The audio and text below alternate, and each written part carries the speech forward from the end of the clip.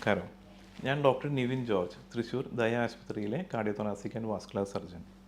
ഞാനിന്ന് നിങ്ങളോട് സംസാരിക്കാൻ പോകുന്നത് lung volume reduction surgery LVRS എന്ന് പറയുന്ന ഒരു ശസ്ത്രക്രിയയെക്കുറിച്ചാണ്. നമ്മുടെ നാട്ടിൽ മാത്രമല്ല, ലോകമെമ്പാടുമുള്ള പ്രായമായ വ്യക്തികളിൽ പൊതുവെ കണ്ടുവരുന്ന ഒരു അസുഖമാണ് COPD അല്ലെങ്കിൽ എംഫൈസീമ. വലിവ്, ശ്വാസമുട്ട്, കഫംകെട്ട്, ചുമ തുടങ്ങിയവയാണ് ഇതിൻ്റെ പ്രധാന ലക്ഷണങ്ങൾ. പൊതുവെ സിഗരറ്റും ബീഡിയും സ്ഥിരമായി ഉപയോഗിക്കുന്ന വ്യക്തികളിലും വീട്ടിൽ പുകയെടുപ്പ് ഉപയോഗിക്കുന്ന സ്ത്രീകളിലുമൊക്കെയാണ് ഈ അസുഖം കാണപ്പെടുന്നത്. വളരെ ചുരുക്കം പ്രായം കുറഞ്ഞ വ്യക്തികളിലും പുക ഉപയോഗിക്കാത്ത വ്യക്തികളിലും ഈ അസുഖം വരാറുണ്ട്. പുക പോലെ അസുഖം മൂർച്ഛിപ്പിക്കുന്ന ഘടകങ്ങൾ ഒഴിവാക്കുക, ഇൻഹേലേഴ്സ്, സ്പ്രേ അല്ലെങ്കിൽ വലിവ് കുറയ്ക്കുന്ന മരുന്നുകൾ, സ്റ്റിറോയിഡ് ടാബ്ലറ്റ്സ് തുടങ്ങിയവയാണ് ഈ അസുഖത്തിൻ്റെ അവസ്ഥ അനുസരിച്ച് കൊടുക്കുന്ന ചികിത്സകൾ.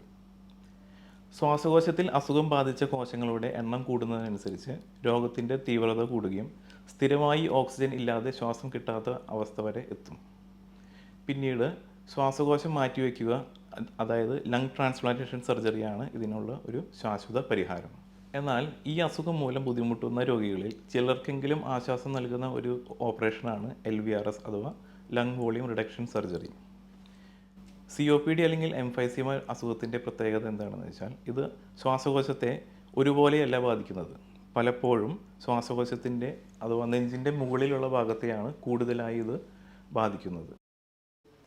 ഈ ഓപ്പറേഷൻ വഴി നമ്മൾ ചെയ്യുന്നത് ശ്വാസകോശത്തിൽ അസുഖം കൂടുതലായി ബാധിച്ചിരിക്കുന്ന ഭാഗങ്ങളെ മാത്രമായി നീക്കം ചെയ്യുകയാണ്. ഇതുമൂലം താരതമ്യേന ആരോഗ്യം അല്ലെങ്കിൽ ഹെൽത്തി ആയിട്ടുള്ള ശ്വാസകോശം കൂടുതൽ വികസിക്കുന്നതിനും രോഗത്തിൻ്റെ ലക്ഷണങ്ങൾ കുറയ്ക്കുന്നതിനും സഹായിക്കുന്നു. പണ്ട് നെഞ്ച് തുറന്ന് മാത്രമേ ഈ ശസ്ത്രക്രിയ ചെയ്യുവാൻ സാധിക്കുമായിരുന്നെങ്കിൽ ഇപ്പോൾ ഈ ശസ്ത്രക്രിയ കീഹോൾ വഴി ചെയ്യാൻ സാധ്യമാണ്. കീഹോൾ വഴി ചെയ്യുന്നത് മൂലം നെഞ്ചിൻ്റെ ഇരുവശത്തുമുള്ള അസുഖമുള്ള ഭാഗങ്ങളെ ഒരേ ഓപ്പറേഷനിലൂടെ നീക്കം ചെയ്യുവാനും മുറിവ് വളരെ ചെറുതായതിനാൽ രോഗിക്ക് പെട്ടെന്ന് സൗഖ്യം പ്രാപിക്കുവാനും സഹായിക്കുന്നു. COPD അല്ലെങ്കിൽ എംഫൈസീമ ഉള്ള എല്ലാ രോഗികളിലും ഈ ശസ്ത്രക്രിയ ഗുണകരമാവണമെന്നില്ല.